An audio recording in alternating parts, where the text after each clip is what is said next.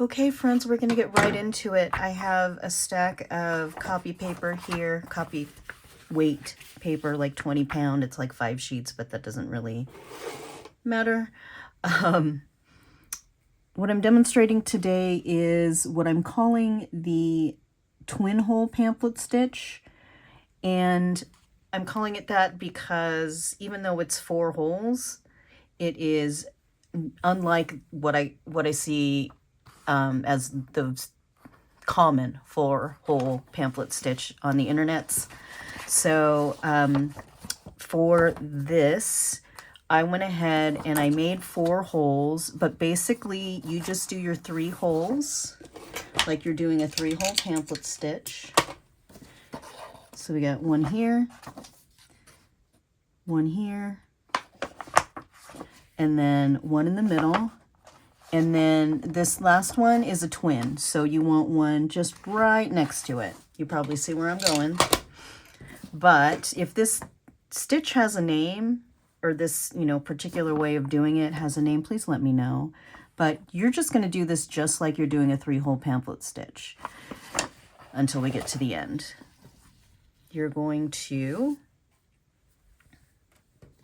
leave a tail, go through the top or the bottom, go all the way around to the other side,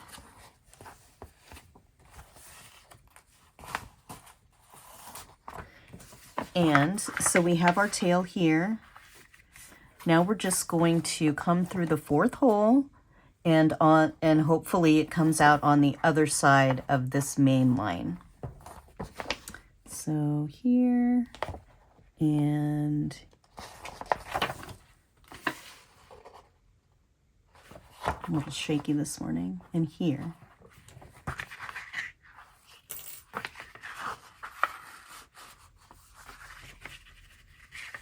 And then we're just going to tie our knot.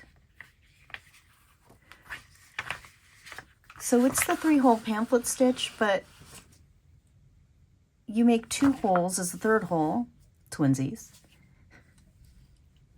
And you don't have to worry about re-threading it through the same hole and sewing through the thread.